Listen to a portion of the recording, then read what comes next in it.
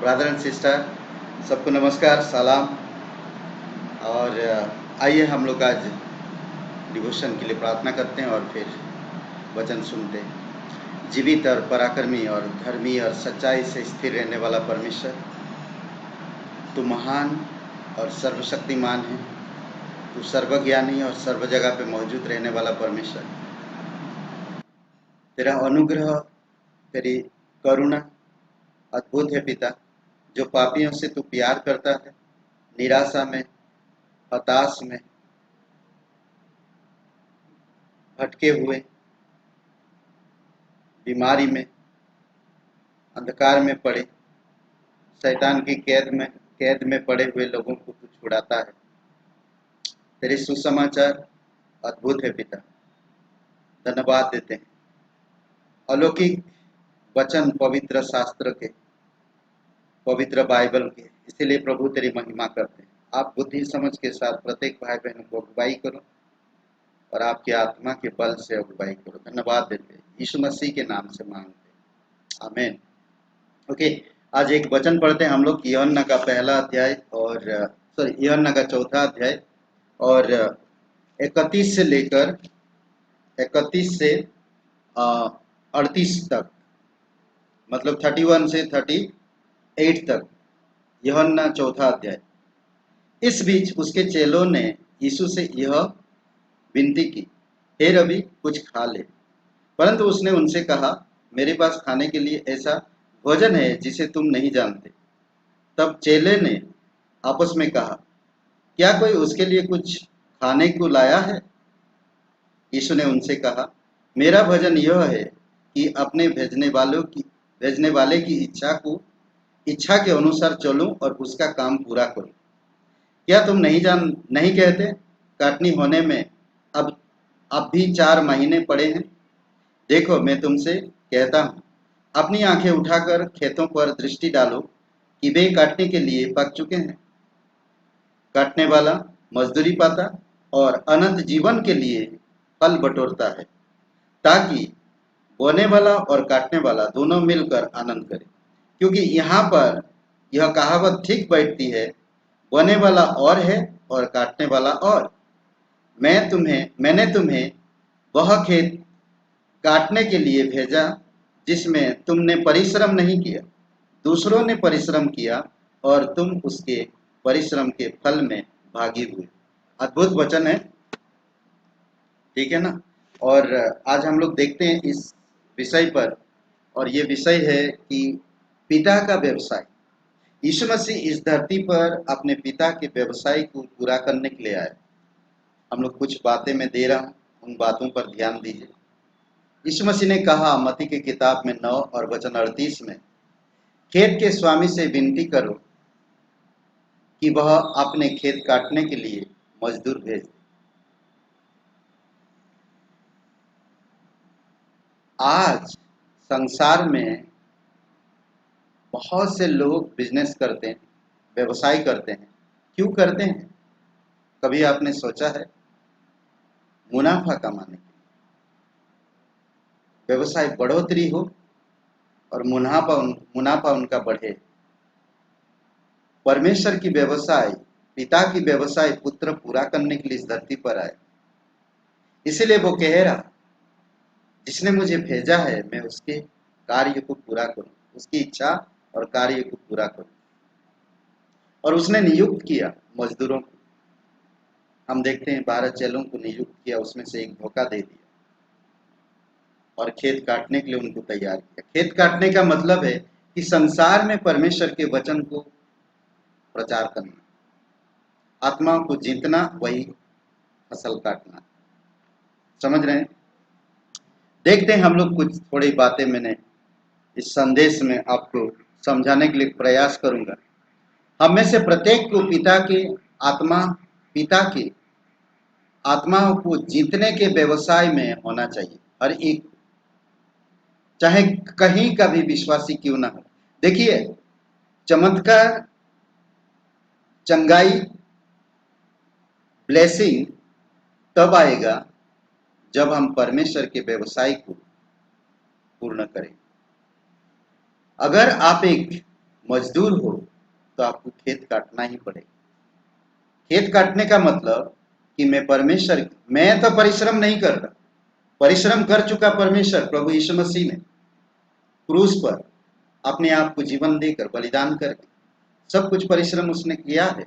आपको मुझे सिर्फ उसके संदेश को लेकर लोगों तक पहुंचना है, लोगों को जाकर बताना कि यीशु मसीह आपसे कितना प्यार करता, परमेश्वर तुम्हारे लिए क्या किया। हम बचाए गए हैं कि दूसरों को बचाएं, समझ रहे? हम बचाए गए हैं दूसरों को बचाएं। हम परमेश्वर की इच्छा यही है, परमेश्वर की इच्छा यही कि हम हर एक भटके लोगों को प्रभु के पास लाने में सक्रिय रहे, हर एक लोगों को प्रभु के पास लाने में। खोए हुए भेड़ के दृष्टांत के पश्चात हमें क्या यीशु ने क्या कहा?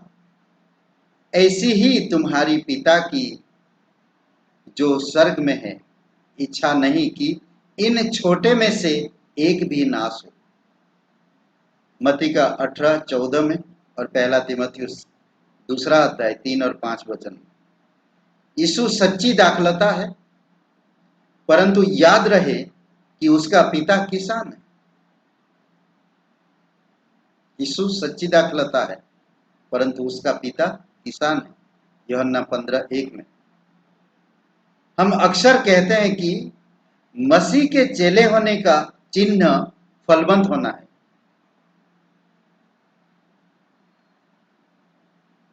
क्या हमें यह पता है कि फलवंत होने का उद्देश्य पिता की महिमा देना है? यूहन्ना का 15:8 में।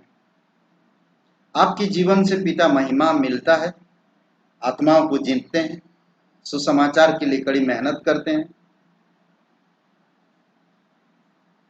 तो परमेश्वर ब्लेसिंग करे।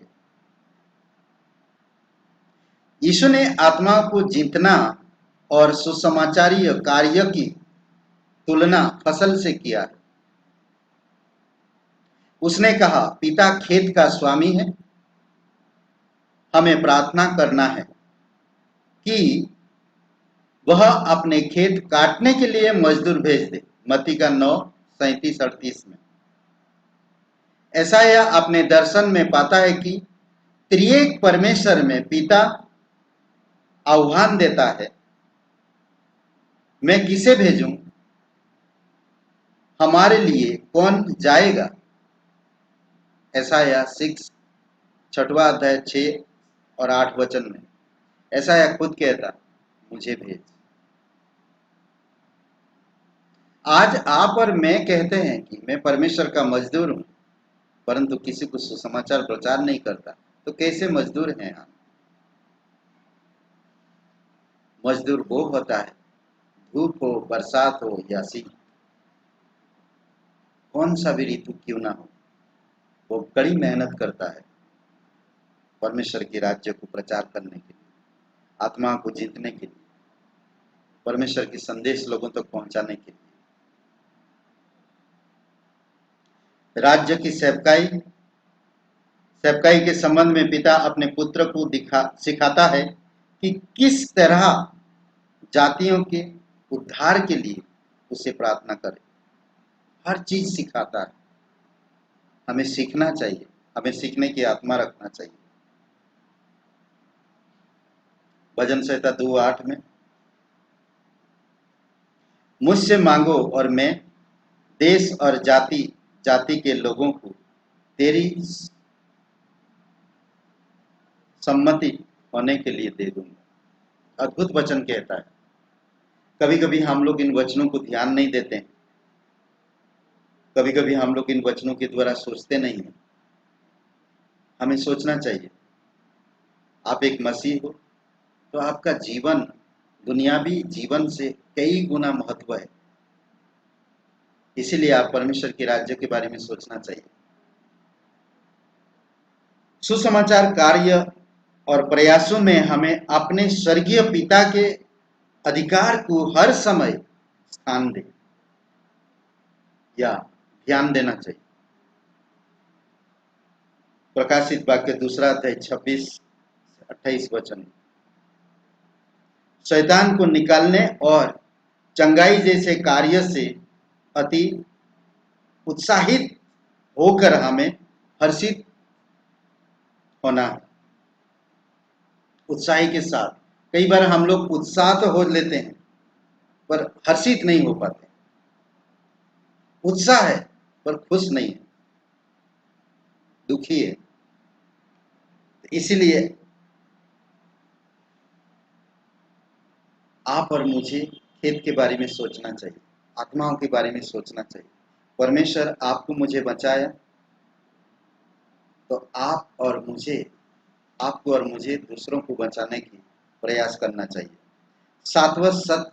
शाश्वत सत्य है कि हमारा नाम स्वर्ग में लिखा गया है। कितना अच्छी बात है, ये 100% सच्चाई है। आज मैं चंगाई दे रहा, वाह वाह हो रहे लोग, पर उद्धार नहीं मिल पा रहा उन्हें, सुसमाचार पर विश्वास नहीं कर पा रहे हो, बाइबल की पवित्र वचनों को पढ़ नहीं रहे हो, तो क्या फायदा। इसीलिए बहुत जरूरी है कि आपको मुझे समझना। लूका का 10:17-22 में कहता है कि स्वर्ग और पृथ्वी का प्रभु है। और प्रकाशित वाक्य 3 अध्याय वचन 8 में। तो इसलिए बहुत जरूरी है कि आपको मुझे समझना, बहुत जरूरी है। समझ रहे हैं? हम छोटा झुंड है, कई हमारे पिता को यह भाया कि हमें वो राज्य दे। आज आप और मैं जो प्रचार करते हैं, परमेश्वर की राज्य के विषय में प्रचार करते हैं। यीशु मसीह, यूहन्ना, पतरस, पौलुस, ये सारे लोग जब प्रचार किए, राज्य के सुसमाचार की प्रचार की। समझ रहे हैं? लूका का 12:32 में हमें भय और डर की भावना से बाहर निकालकर हियाव से प्रभु के गवाह ठहरना और बनना है। हमारे पिता की अनुमति बगैर एक गरैया भी नहीं गिरता। मत्ती के 10:27-29 में छोटी छोटी चीजों को परमेश्वर ध्यान देता है। आपको मुझे भी वही, हमें परमेश्वर की राज्य के बारे में सोचना चाहिए, उसी के अनुमति के अनुसार एक अच्छा गवाह बनना चाहिए। आप जब किसी को बात करो, बताओ, वो विश्वास में आए। पास्टर को चाहिए कि वे स्मरण रखे और संबंध को जो पिता का भेड़ों से था। यीशु ने कहा है, मैं अच्छा चरवाहा हूं। पिता का संबंध या पुत्र का संबंध जो भेड़ों के प्रति था, वो देखना होगा। यीशु मसीह ने कहा, मैं अच्छा चरवाहा। वह कहता है कि मैं पिता ही ने मुझे सौंपे हैं या सौंपी है। वो भेड़े कौन लाया? आज आप जो कलीसिया चला रहे हैं या आपके परिवार में आप जो उद्धार में आए, आज एक आप परिवार में लीडर हो या आप एक अगुवा हो, आपको कौन लाया? आपको लोगों को कौन दिया? परमिशन। यूहन्ना का 10:14 और 29 वचन में कुरिन्थ के विश्वासी को जो प्रचारकों और पासवानों को आदर्श मानते हुए बंटे थे, आदर्श मानते थे, उनको प्यार करते थे उनसे, पर बंटे हुए थे। उनको प्रेरित पौलुस संबंधित करता है कि सारे सेवक आपके हैं। सारे सेवकगण किसके हैं? हम एक दूसरे का तुलना करते हैं, उसी में हमारा सोच विचार चला जाता है। प्रचार के बारे में सोचते नहीं, आत्माओं को जीतने के बारे में सोचते नहीं, अनंत राज्य के बारे में सोचते नहीं, अनंत मकसद के बारे में सोचते नहीं, क्रूस में पर जो यीशु मसीह इतना दुख कष्ट उठाया, बलिदान हुआ, उसके बारे में सोचते नहीं। हम आपस में, ये मेरे लोग हैं, वो उसके लोग हैं, वो उसके कलीसिया है, वो उसकी कलीसिया।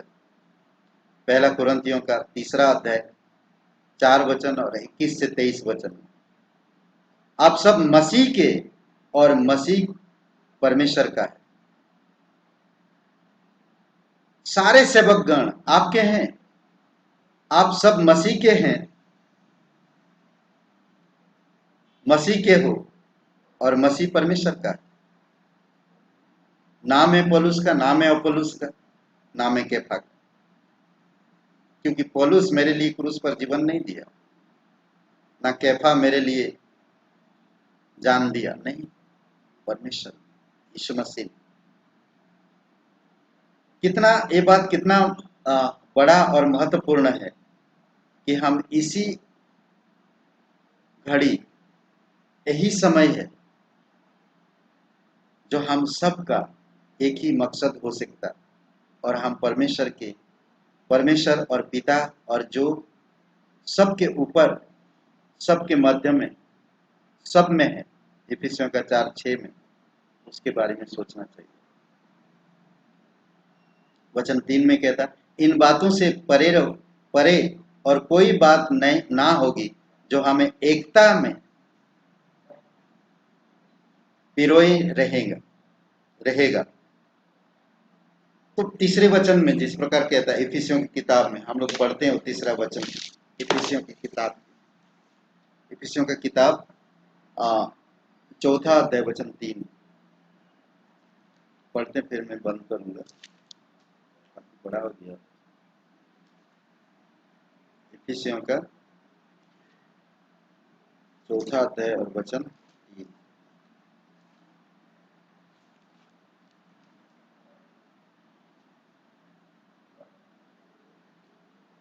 मेल के बंधन में आत्मा की एकता रखने का यत्न करो। अद्भुत है, मेल की बंधन, मेल मिलाप और आत्मा की एकता में बने। परमेश्वर ब्लेसिंग करेगा। आत्मा को जीतने का हमेशा भरसक कोशिश करो। आइए प्रार्थना कर। स्वर्गीय पिता, हम धन्यवाद देते हैं प्रत्येक भाई बहनों को समझ, बल और शक्ति दो कि वो किस तरह एक गवाह बन सके और आपकी व्यापार को मुनाफा कर सके, फसल काटने के लिए विनती कर सके और खुद फसल काट सके, आत्मा को जीत सके, फलवंत हो सके। तेरी स्तुति महिमा करते हैं। कलीसिया के हर एक ब्रदर भाई बहनों के लिए, ब्रदर सिस्टर, माता पिता, समान बुजुर्ग, प्रत्येक परिवार के लिए प्रार्थना करते हैं। आपकी अनुग्रह, आपकी दया दीजिए। कोई कष्ट में है, कोई तकलीफ में है, कोई नौकरी के तलाश है, किसी को परेशानी है, प्रभु यीशु कोई बीमार है, पिता आप उनको छुओ, आप उन्हें चंगाई दो, आप उन्हें शक्ति दो, आप उन्हें अगुवाई करो, एक बेस्ट अच्छा गवाह बनकर फसल काट सके। धन्यवाद, यीशु मसीह के नाम से मांगते, आमीन। सबको आशीष मिले। बहुत बहुत धन्यवाद। शुभ रहे दिन आपका। आमीन।